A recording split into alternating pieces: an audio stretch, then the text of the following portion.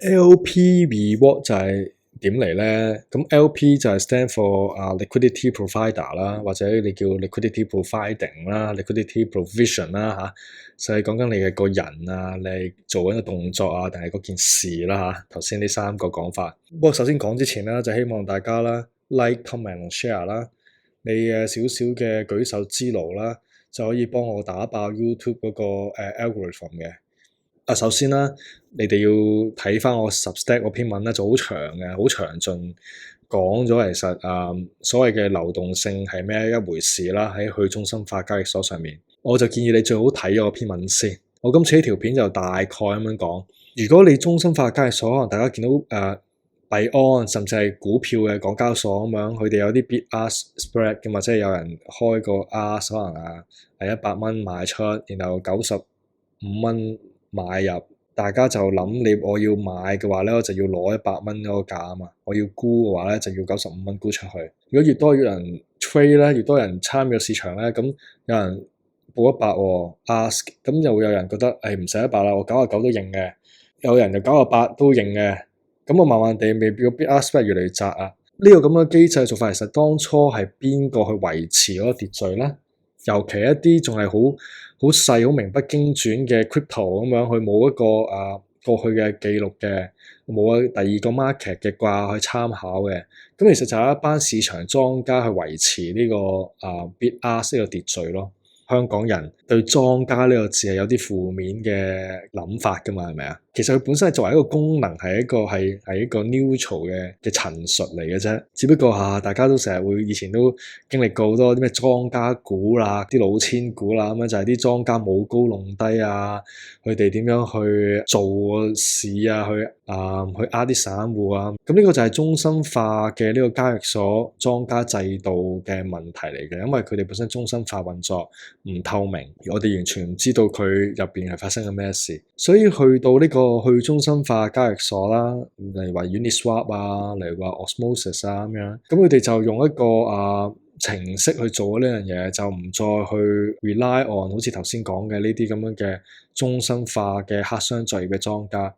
佢哋就係用一套公式啦，就去令大家都去參與做呢個莊家嘅，即係你又得我又得嘅。個門檻就好低啦，即係我哋以前喺傳統嘅金融去諗咧，莊家一定係哇好多錢啊，資金實力好強啊，好叻 trading 啊，炒賣嘅人啊嘛。我哋想營造一個去中心化嘅環境咧，我哋就係想令到呢件事咧個門檻就越嚟越低啦，就令到大家都可以參與啦。即係我哪怕我淨得1蚊美金，我都可以參與到嘅。眾志成城就提供呢個流動性，大家一齊做莊家。就係成個機制就係將一個莊家制度去中心化咗去，呢個就係本身去中心化交易所不可或缺嘅一部分。咁然後就呢個咁樣嘅莊家制度，咁就係 based on 元祖嘅一條式，就係 x 乘 y 等於 k 啦，呢個 constant product formula。咁通過呢個自動化嘅莊家制度咧，衍生出嘅就係一個自動化嘅報價系統，就唔再需要好似以前咁樣，等個莊家我開100同90，我誘導個市場。咁樣做，去到去中心化交易所咧，就係大家通過我哋提供嗰個流動性，暫時最主流嘅都係50% 嘅，即係例如話 Atom 同埋 USDC 啦，係一 pair 我哋想提供流動性咧，我兩邊都要提供，而兩邊嗰個美元價值咧要一樣，即係如果假設 Atom 而家係7蚊，我提供100粒 Atom 喺呢一邊啦，咁呢邊係咪值700蚊美金啊？我呢邊就要出翻700。USDC 咁樣50% 咁嘅意思，咁我提供呢個流動性，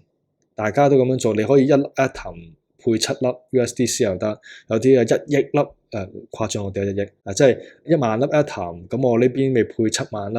USDC 咯，大家大有大做，細有細做，就提供我呢個流動性，咁呢個詞咧又會有。Atom 又會有 USDC， 兩邊個美元價值相等。咁如果有人嚟啦，我要買 Atom， 個做法咪就係佢將一啲 USDC 就放咗落去呢個池度，個池就俾翻啲 Atom 俾佢咯。呢個池係有 Atom 有 USDC 嘛。即係有人要 Atom，有人要 USDC， 咁樣貨如輪轉咁做啦。價格咧就係通過條式，根據嗰個 pool 嘅情況自動生成嘅，呢啲全部 open source 嘅，就唔再係越傳統嗰種黑箱作業嘅做法。我唔知道交易所同埋啲莊家同埋個項目方之間係咪打龍通啊？點樣去舞高弄低啊？做個幣價出嚟啊？唔係話去中心化嘅地方就冇啊嚇！即係尤其如果細啲嘅項目咧，有心玩你可以玩到啲嘢出嚟嘅。咁問題有冇人同你一齊玩啊嘛？即係如果你 liquidity 好低嗰時，你咪可以買少少就令到幣價升咗好多啊咁樣嘅。即係呢個係技術上你可以做到嘅嘢啦，但係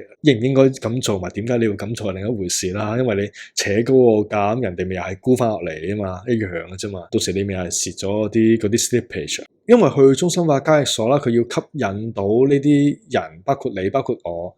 頭先個 case 咧，我有 Atom 有 USDC， 佢要吸引我去提供流動性。呢個去中心化交易所本身就通常咧就會將佢自己本身一隻 token 釋放俾你作為個獎勵嘅。例如話 Osmosis 係一個例子啦。嗱 Osmo 本身我哋可以做 staking 自壓力挖礦啦，參與保衛呢個 network 嘅 Osmosis 嗰個 tokenomic 嘅設計咧，就會有一部分嘅 Osmo 咧就唔係淨係俾呢啲staking reward。就係俾翻呢啲參與咗做 LP 嘅莊家作為一個 reward，去吸引佢哋擺錢入去做提供流動性啊。因為我做莊我有風險噶嘛，咁呢個風險就我遲啲再解釋啦。即係最主要嘅就係 impermanent loss 啊，呢個都係去中心化交易啊，甚至係DeFi 嘅世界恆常想改善嘅呢個問題啦。點樣力求令到啲資本運用個效率更加高啊？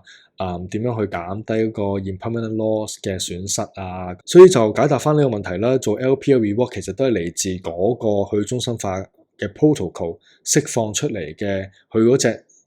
原生嘅 token 為主嘅。例如 Osmosis 上面就係 Osmo 啦。咁有陣時有啲 case 嚟話，可能 Stride 做緊 liquid staking 嘅，佢想吸引人做 liquid staking，就再做完 liquid staking 攞隻 liquid staking 嘅 token 咧，再擺喺 Osmosis 上面做 LP。咁所以咧喺Osmosis 上面嘅嗰啲 liquid staking 嘅 pool，例如ST Osmo 同 Osmo， 嗱 Osmo 就係本身原生嗰隻 Osmo， 另外就係 ST Osmo 就係經過 Stride 嘅處理變咗嘅 liquid stake 咗嘅 Osmo。咁呢啲 pair 又可以作為一個流動性擺喺 Osmosis 上面噶嘛。所以咧，除咗 Osmo 本身分配咗一部分嘅 reward 俾嗰啲 LP 之外咧，Stride 自己咧又分配咗一啲係 Stride 自己嘅 token。同埋我冇記錯，應該都會有啲 ST Osmo 放埋落去嘅，咁啊吸引一開始，尤其係呢段初期大家玩liquid staking，咁佢就一定要想吸引多啲人去提供流動性先嘅，咁令到我哋揸住liquid stake 咗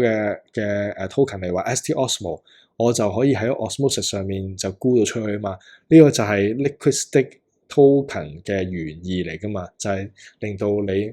唔再需要受制於嗰個 bonding period， 咁所以 Stride 都有個誘因咧，想提供更加多嘅利益咧，俾啲人去提供流動性嘅，係咪講得有啲複雜啦已經？但係都係嗰句啦，慢慢嚟啦。我自己都經歷過嘅，都係聽到一頭霧水嘅，慢慢嚟。LP reward 咧就係嗰個去中心化交易所提供佢自己嘅 token 作為一個獎勵，就去吸引啲人喺佢個交易所度提供流動性。因為你貨夠多啊，啲人先會想嚟 trade 啊嘛，成個玩法就係咁。